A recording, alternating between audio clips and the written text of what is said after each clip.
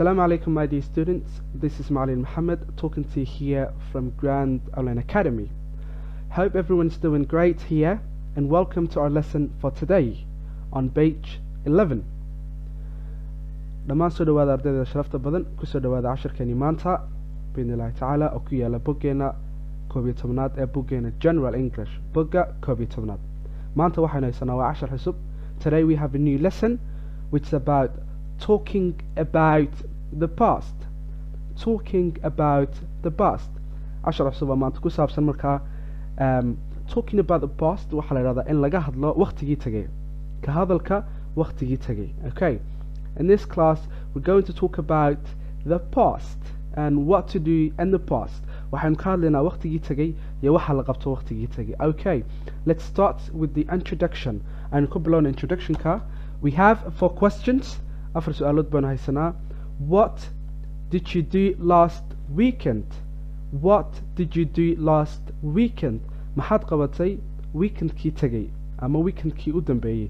marka weekend waxa la yiraahdaa, as you obviously see from the name, waa the weekend. waa weekend, waa dhamaadka weeka. So the last 2 days of the week, which are obviously Thursday and Friday, are known as weekend. labada cisho dambeeya weeka oo khamiista iyo jimcaha ah ayaa loo yaqaanaa weekend. Okay, marka maxaad qabatay baa lagu yiri khamiistii jimcihii. Okay, number 2, where did you go? Where did you go? xagee ayaad tagtay? xagee ayaad qabatay? Okay, number 3, who did you go with? Who did you go with? yaad raacday? Okay, xagee ayaad tagtay? yaad raacday baa ku xigta. Okay, number 4, what time did you go? What time did you go? waqti ma ayaad tagtay? waqtigaad tagtay ayaad sheegaysaa. Okay, that's it for the introduction, and now we get to move on to the other parts of the lesson. intaan ka imanay su'aalaha idinka ka jawaabi doona aynu gudubna qaybaha xiga casharka. marka here we have grammar. xagga waxa inoogu yaala waa grammar weeyaan. So in these parts we're going to talk about simple past of be, your spelling and spelling. qaybtan waxaanu kaga hadlaynaa waa simple past, tense ka la yiraahdo simple past. Okay, I'm a past simple in other words. sidoo kale waxaanu ka hadli doonaa past of be, spelling saddexda. So let's start of simple past and ku bilowna simple past. Simple past is a tense or is an action that happened in the past, okay, in a specific time. waa dhacdo dhacday waqti tagay isla markaana waqtigaas waa waqti la garanayo. dhacdo dhacday waqti tagay oo la garanayo. Okay, we exactly know when the action has happened. waynu garanaa markuu ficilkaasi dhacay si toosaynu garanayna. Okay, ayaa la yidhahdaa simple past. wuxuu leeyahay hal auxiliary verb oo ah did. auxiliary verbkiisu waa did. Okay, did. waayahay, let's start. Regular verbs and irregular verbs. When it comes to verbs, they are broken down into 2 partly parts. ficilada laba qaybood waa in baa loo qaybiyaa. waa verbs waliba particularly regular verbs and irregular verbs. labadaas loo qaybiyaa. regular verbs and irregular verbs, labadaas loo qaybiyaa. marka regular verbs are the verbs that end in I, basically that take ed at the end. Are the verbs that take ed at the end. waa ficilada ku dhamaada ed amaba qaata ed marka u dambaysa. Okay, sida imka kale waa work. maxay ku dhamaatay kay, waxay qaadanaysaa marka waa regular verb, waxa lagu daraya ed markay past noqoto. work shaqo ama shaqeeya. worked shaqeeyay. Okay, invite waa casumid ama qof inaad wax ku casumto, xaflad ku casumto, wax kale ku casumto. invited ed bay ku dhamaatay, la casumay. studied. Okay, waa study waxbarashadii. studied bartay. stop jooji. stopped joojiyey. watch waa daawasho ama daawanaya. watched wuu daawaday. play waa ciyaaraya. played ciyaaray kuwaas waxaa la yidhahdaa regular verbs xagga ugu dambaysa mar walba waxaa laga raacayaa ed markay past noqdaan okay let's take a look at the irregular verbs bal aynu eegno irregular verbs are the verbs that do not take ed at the end or do not end in ed ficilada aan ku dhammaan ed ee isbedbedelo qaabab noocnooca isku bedela ayaa loo yaqaanaa irregular okay sida iminka do waxay isku bedelaysaa qaab kale yeelanaysaa did drive imika waa ka qaab kale yeelanaysaa drove have had go went see saw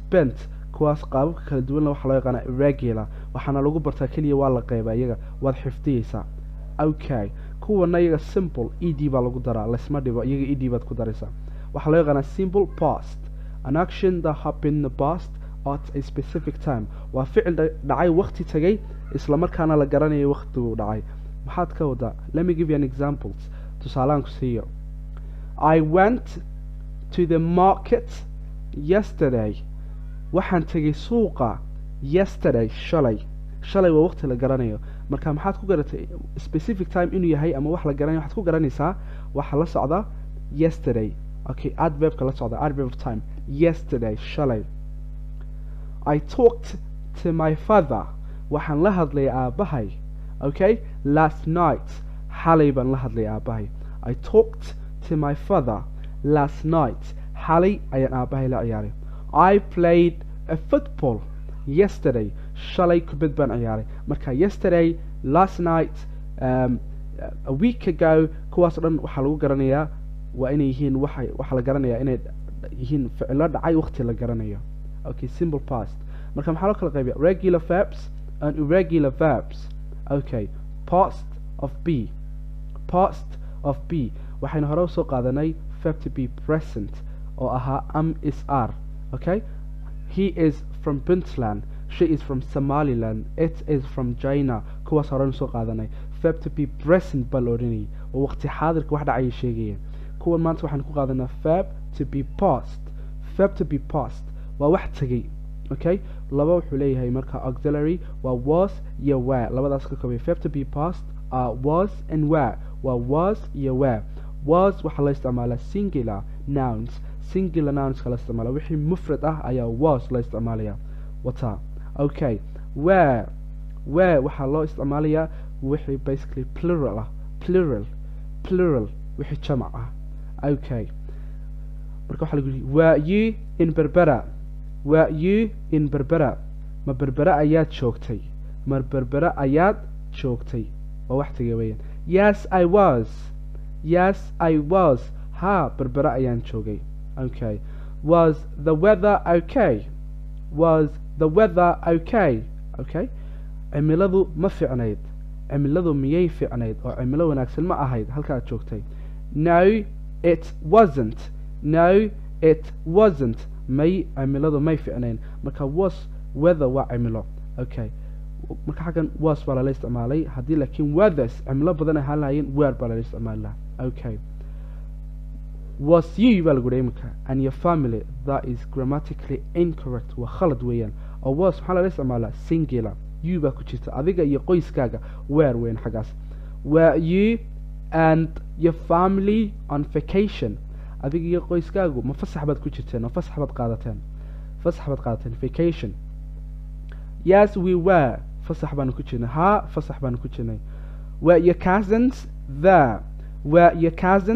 there ilmaadeerada xaggaa ma jirin marka cousins luqadda englishka waxaa lagu dhaha ilmaadeerka habroodaga iyo ilmaabtiga were your cousins there ilmaadeerada ama ilmaabtiga ama habroodaga xaggaa may joogeen no they weren't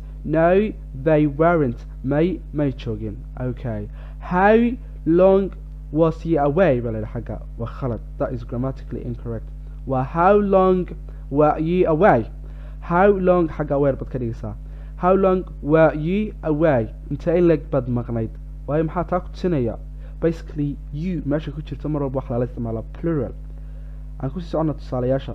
I was away laakiin marka I waxa laga isticmaalaa was.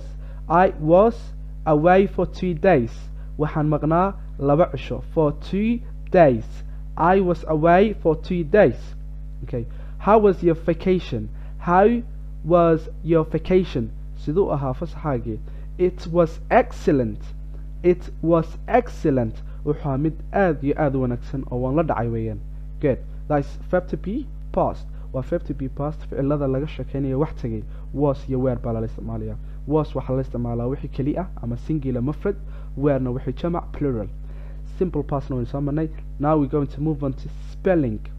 Spelling waxaa la yidhahdaa waa basically inaad wax u sheegto xaraf xaraf ayaa la yidhahdaa higaadin. Spelling, okay? marka waa qoraalka say u qormayaan ereyada Englishku. Spelling of regular verbs. Okay. kuwa waxaan eegaynaa regular verbs kuwii ed ku dhamaanayay. The normal rule is to add. dhawaaqooga iyo xasan barana. The normal rule xeerka caadiga is to add waa inaad ku darto ed xagga ugu dambaysa caadiyan ed baa lagu daraa. kuwa regularka waa inaan soo marnay. Worked shaqeeye. work bay markay ku dhamaato ed baa lagu daraya. Start ed baa lagu dareedana. Started baa laga dhigayaa. Okay, bilaabay. If the verb ends in, haddii uu ficilku ku dhamaado e, just add d. ficilku hadduu already markiisa hore e kusii dhamaaday d un baa lagu daraya. laakiin ed kale haddaad ku darto way faal xumaanaysaa. xaggan imka live. Okay, live maxay ku dhamaatay e. ma ed kalaa lagu daraya? maya d un baa lagu daraya. Okay, lived ku noolaa. Love maxay ku dhamaatay e. ma ed kalaa la raacinaya? maya d un baa la raacinaya. Loved. Okay, rulekaas waa rulka koowaad. waxaa lagu yiri the normal rule is to add ed. haddii ay ku dhamaato consonant waxaa lagu darayaa ed. If the verb ends in e, hadduu ficilku markiisa hore e sii watay, just add d un baa lagu daraya. sida imika kale life ama leave waxay sii wadatay e bay sii wadatay. ficilka leave e buu sii watay d un baa lagu daraya. Love e buu sii watay d un baa la raacanaya laakiin ed lagu dari maayo. Okay, let's carry on. aan kusii soconna cashirkeena insha allahu tacaala. Rule number 2, ruleka labaad. If the verb has only one syllable, syllableka waxaa la yidhahdaa dhawaaqa ereyada Englishku sameeyaan. sidoo kale waxaa la odhanayaa hal dhaca, laba dhaca, saddex dhaca. ereyg waxa weeyaan basically waxaa loo xisaabiyaa vowels. inta vowel uu leeyahay. iminka syllable saas kale hadalku laba dhacaya. marka haddii waxaa lagu yidhaha has only one syllable, haddii syllable uu hal syllable yahay oo hal dhawaaq uu leeyahay. haddii uu hal dhawaaq leeyahay amaba in other words dhinac kale marka laga eego hal vowel ku jiro, just waxaa lagu yidhi and one vowel, hal vowelna ku jiro, one consonant iyo hal consonant oo shibana. kani waa shibane vowel. consonant waa shaqal. double the consonant, laba jeer baa consonantka lagu celinaya. aan ku tuso. Stop marka hore waa stop bay ahayd. marka la doonayo ed lagu daro waxaa lagu yidhi hadduu ku jiro hal vowel baa ku jiro awa, hal consonantna uu ku jiro ed un baad ku dar b kalaad raacinaysaa. b kale intaad raacaysaa ed ku daraysaa. Stop markii hore muxuu ahaa stop. marka la doonayo in lagu daro ed waa la bilaabaya b-da, laba jeer baa la qoraya. sababtu waa maxay? aw baa ku jirta, hal aw keliya waana hal dhawaaq buu sameynaya. Stop hal dhawaaq buu sameynaya. Stopped laba p baa laga dhigaya. Plan marka hore waa plan bay ahayd. Okay, waxay ku leedahay hal vowel oo keliya ama shibane. n baa la raacinaya oo n baa ku jirta. n kala la raacinaya. Planned marka muhiimad waxa weeyaan haddii hal vowel meesha ku jiro hal dhawaaqna ay sameynayso, you going to double the consonant. shaqalka waad lebilaabaysaa. imika hal vowel baa ku jira mee waa a, waa halkaa shibana ku jira. haye waxaa ku jira sidoo kale one consonant, hal shaqal aawe waka n baa ka dambaysa, waa consonant. enta lebilaab. Planned. Okay, rule number 3. verbs that end in a consonant. ficilada ku dhamaada consonant oo y ku jirto. Okay, isla markaana ay ka horeyso y-da waxaa ka horeeya haddii consonantka ay ka horeyso basically vowel shibana hadduu ka horeeyo you're going to drop the y-da waa la tuurayaa and then change to ied baa lagu bedelayaa. imika kelmadda study waxaa ku joogta marka hore s t u d, xagga aydu taalo y baa taalay study. okay, y-da laga tuurayaa, I baa lagu bedelayaa, ed baa la raacinaya. studied carried saasaa la odhanaya. marka haddii consonantka ama consonant ka horeeyo uu ku dhammaato vowelna ka horeeyo waa la tuurayaa, markaa y-da ed baa lagu daraya. laakiin kelmadda boy basically aan idhaahdo kelmado badan oo s ku dhammaaday iyagu jira, kuwan laakiin y-da la tuurayaa, ied baa lagu daraya. studied carried. okay, waxaan filaya casharka inaad fahanteen. if you have any questions related to the lesson, you can ask me anytime. I'm here for you. Thank you very much. See you next time. Assalamu alaikum wa rahmatullahi wa barakatuh.